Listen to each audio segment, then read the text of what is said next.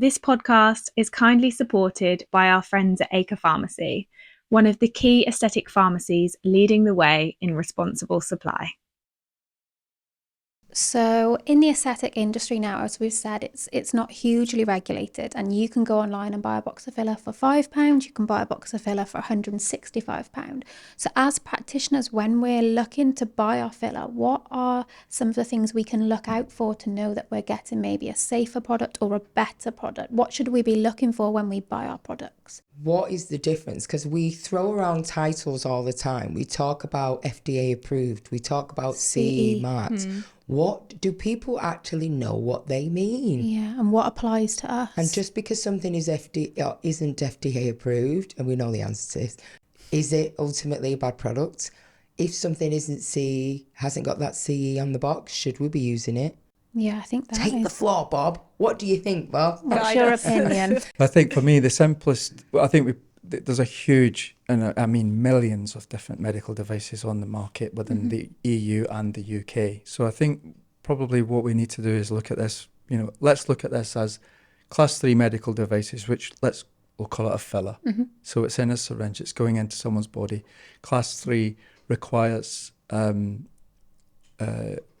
CE mark. And just to clarify, so class 3 means that it's going to enter someone's body. That's what makes it class 3. Well, it's more. There's more to it than that. But I think a simplest way of looking at it is if it's something you're going to be injecting into someone, that it will be a class 3 medical device. That it should be.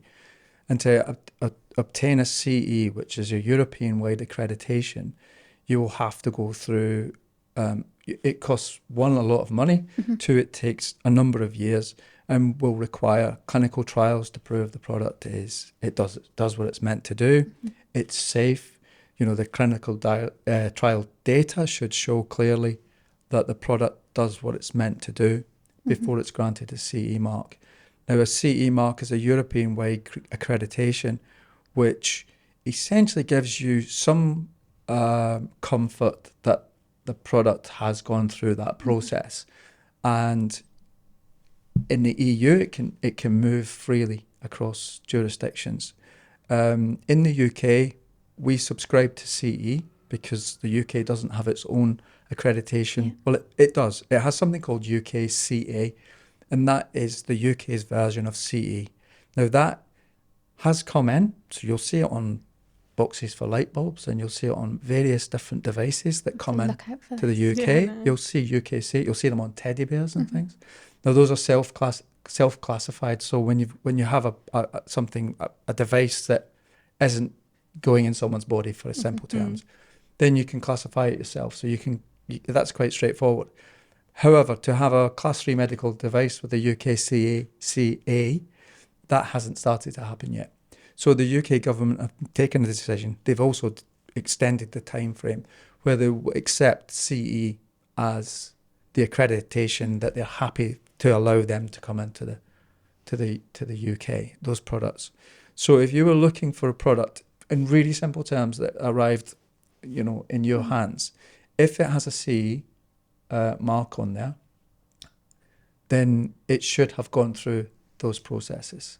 If it doesn't have a CE, and we're talking about an injectable, you should not be handling that product. You should not be. That product should definitely not be something you buy. Okay. Can I ask a question, Bob? So, say, for example, you've bought your products from the same place, year in, year out, you've always used this particular brand, and one day you notice that this brand that you've been using no longer has that CE mark on it.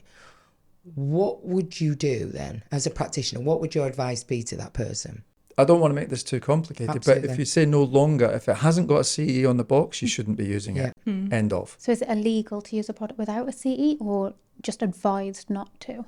I'm thinking if people watching this are going to say, am I absolutely not allowed to use a product that's not got a CE mark, or can I use it at my user risk? You can't use it. You can't use it, and therefore you won't be, and also taking it back, you won't be insured to use it. Yeah. It shouldn't be on for sale in the UK. Yeah. As a medical device. It doesn't have. If it has a different classification, so some products do have classification as cosmetics, and that's a different accreditation So that may not have a CE on it, but it should be used as a cosmetic. So you should know if you're injecting it in someone's face, it should have a CE on it. Yeah. And I think you got to be aware there's a lot of fake products going Yeah. around. I remember back in 2018, I had someone who actually physically came into my clinic with boxes and boxes. It was actually of Juvederm at the time. It was not that there was anything wrong with the product, disclaimer, but it was that product, and they were all fake. And I remember thinking, wow, you would not know. No. And he was selling me these boxes for £10 a box. And I just remember being absolutely flabbergasted that they looked as good as they did, and questioning how many people would have bought them. I did see on Instagram a few weeks ago, somebody had put on their story like a picture of a filler box, and it had said on the filler box, like they'd happily put up, oh, amazing, like delivery for you all, and it said not intended for use within the EU at the top. And you just think, what are you doing? Like, you're literally advertising that you're using illegal or fake or however they've been imported to you products, and you're putting them in someone's face.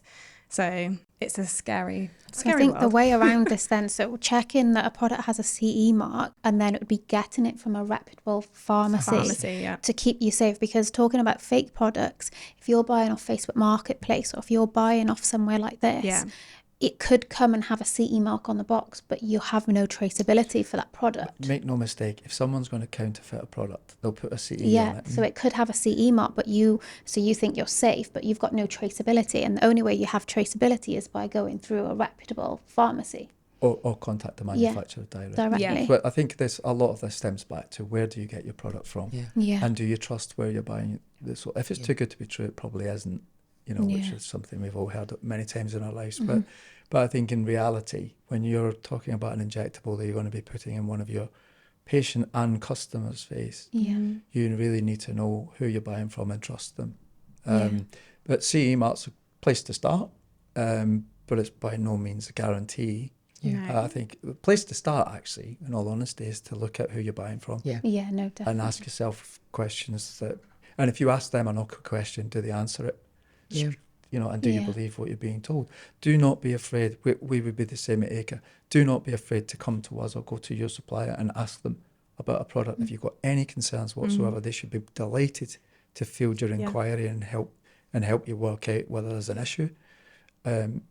So that's the place to start. Reputable suppliers is the place for it. Ultimately, there are things, and you could go on and on and on about different things to look for. Kate mentioned FDA approval. FDA approval is only applicable to the USA. However, it's another comfort that... It just makes me giggle, though. But people throw the title around as if we need to have it, and it's ultimately a bad thing if they don't have it. And people just don't understand what it means. In fairness, if I can, I would say that it is an extra level of assurance that product has been through rigorous testing. Now, you have to go through that rigorous testing to get a CE mark. The FDA don't recognise CE, so when you want to launch a product in the US, you have to do it all over again. So and you probably have levels, and you may have to do slightly different clinical trials, because they may well want some of the trials to be done on a US citizens, that they've got the right demographic. But it is an extra layer, so I wouldn't criticise that. I think it's a positive. But the expense of having a product FDA approved is huge. So you'll find a vast majority of perfectly reputable and responsible filler manufacturers won't go through that. So it doesn't necessarily mean that a product is a bad product if it's got a CE mark but not an FDA approval. No, it doesn't. No, CE mark is where you need to be concentrating. For us, and then eventually the UK will be UKCA, and you'll be looking for that on the packaging. So will that replace the CE mark? It will in the UK. You'll probably find that most manufacturers, from an economic point of view, they'll create one box and it'll have a CE and a UKCA on there. Sometimes you may have seen other jurisdictions, the South Korean FDA, so SKFDA sometimes on a box. That would be acceptable. So you can have multiple accreditations on the box, but you have to make sure it's got a CE on it, or a UKCA. think it's one of the things that I wanted to say is I do a lot with complications and support a few people as a centre with an ultrasound facility.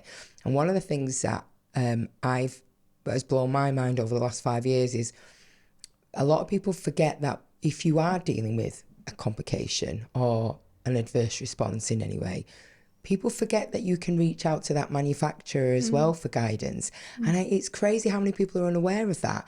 But if you are buying products that aren't from that manufacturer, you ultimately lose that level of support when you need it. And that's why they've got a list of reputable pharmacies. Absolutely. So although you may be saving a couple of quid and cutting a few corners, you're ultimately giving yourself a massive disadvantage and, putting your patients at risk. You may not have to, when you say you're saving yourself a couple of quid, the pharmacy market within aesthetics is very competitive. Absolutely. I obviously I can speak for our pharmacy, but other pharmacies, I know that it's a competitive landscape, so the pricing's very, very good. Yeah. But I think it's important to be really confident that you're buying from someone you can trust, and someone, if you go to with a problem, they jump on it right away to fix it, and or find out what the problem is, trace it back and deal with it in the right way, whether that's at patient level or it's just simply concerns about packaging or whatever the product itself. Buy it from Acre or any other reputable pharmacy, but preferably Acre.